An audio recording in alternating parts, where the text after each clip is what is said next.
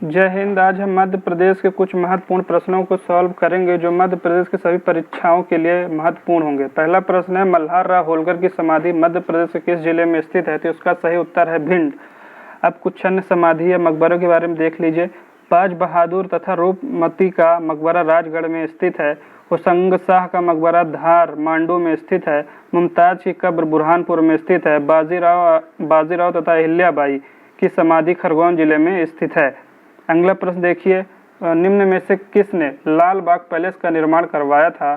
तो इस पैलेस का निर्माण होलकर शासक शिवाजी राव ने करवाया था।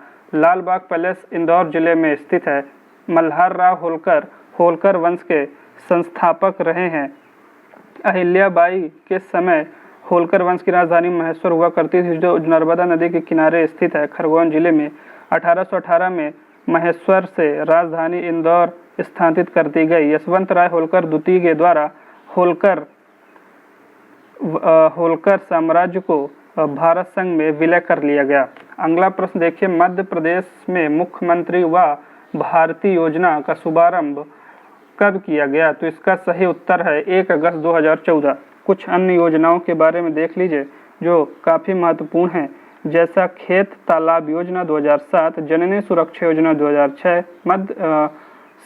मुख्यमंत्री कन्यादान योजना 2006, लाडली लक्ष्मी योजना 2007। करंट की कुछ योजनाएं हैं, जैसे कि रोजगार सेतु योजना कोरोना काल में चालू की गई थी। रोको टोको अभियान जुलाई 2020 में चालू किया गया था। जीवन शक्ति योजना 25 अप्रैल 2020 को शुरू की गई थी। यह योजना काफ़ी महत्वपूर्ण है। इसमें महिलाओं द्वारा मास्क बनाया जाता था और एक मास्क को 11 रुपये में सरकार खरीदती थी।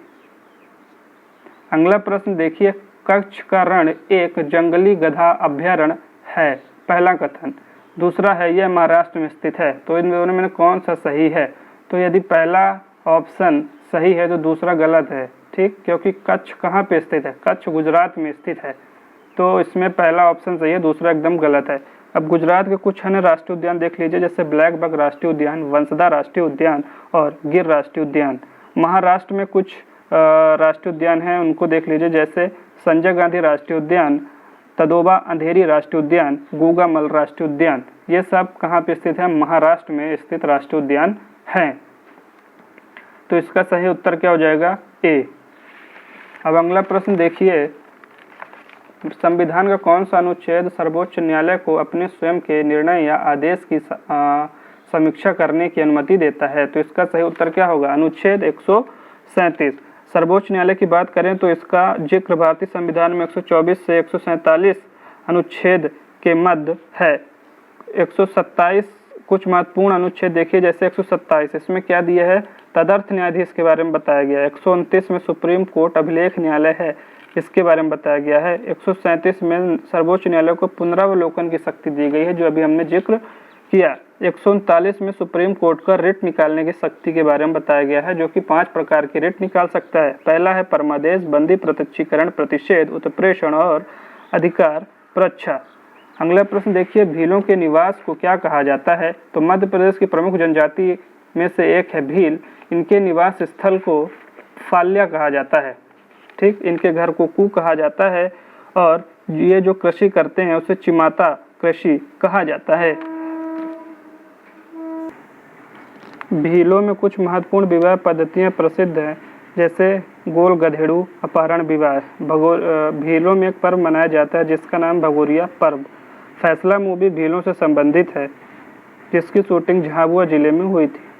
पिथौरा भित्ति चित्रकला, जिससे एक महिला एसोसिएट करती हैं, जिनका नाम है प्रेमा फाल्या, ठीक। अभी हाल ही में भूरी बाई को पद्मश्री से सम्मानित किया गया है। यह भी पिथौरा भित्ति चित्र से संबंधित हैं, ठीक, ये झाबुआ जिले से संबंधित है। भील जनजाति की कुछ उपजातियाँ हैं, जैसे भील, भिलाला, बरेला, रतियास, बैगास, इसके बारे में आपको ध्यान रखना होगा। अगला शब्द देखिए, ऑप्शन में लिखा हुआ है कोण। कोण तेलुगु शब्द का से लिया गया है, जिसका अर्थ होता है पहाड़। मध्य प्रदेश में एक जनजाति पाई जाती है जिसका नाम है गोंड। गोंड शब्द की उत्पत्ति कोण शब्द से ही मानी जाती है। अगला ऑप्शन देखिए, लिखा हुआ है ढाना।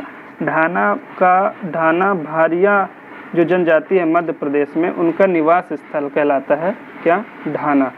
अब अगला प्रश्न देखिए, निम्न में से किस देश ने हाल ही में अपने मुद्रा को रियाल से टोनम में बदल दिया है?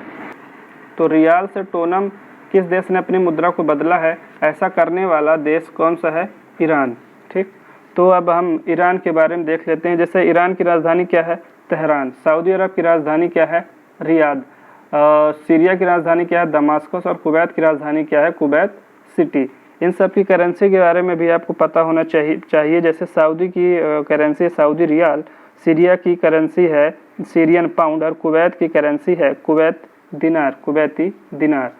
तो देखिए ईरान के बारे में हम जान लेते हैं। ईरान में दो डेजर्ट हैं जिनका नाम है दस्ते लूट एंड दस्ते काबिर। यहाँ पे एक पर्वत पाया जाता है जिसका नाम है जाग्रेस पर्वत। ठीक, ईरान भारत के लिए काफ़ी महत्वपूर्ण देश है, क्योंकि यदि हमें पाकिस्तान को बाईपास करके ट्रेड करना है सेंट्रल एशिया और मिडिल ईस्ट के साथ, तो हमें ईरान काफ़ी मदद कर सकता है। जैसे वहाँ पे एक पोर्ट है चाबहार पोर्ट, जिसे पूर्ण रूप से भारत डेवलप कर रहा है, जिसके माध्यम से हम अपना ट्रेड जो मैंने अभी बताया उन देशों के साथ कर सकते हैं।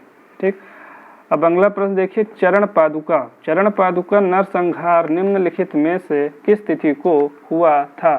तो ये सबको पता है कि 10 जनवरी, ऑप्शन दिए 10 जनवरी, 12 जनवरी, 14 जनवरी, 16 जनवरी। तो इसका सही उत्तर क्या होगा? 10 जनवरी 1931 को।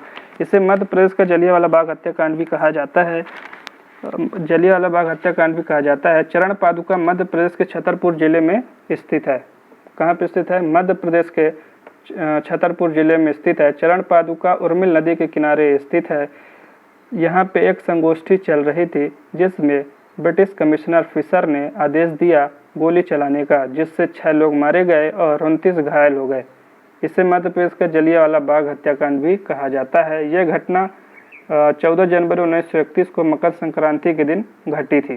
ठीक, अगला प्रश्न देखिए कि पुस्तक लिखी हुई है, पुस्तक द मूरिया एंड देयर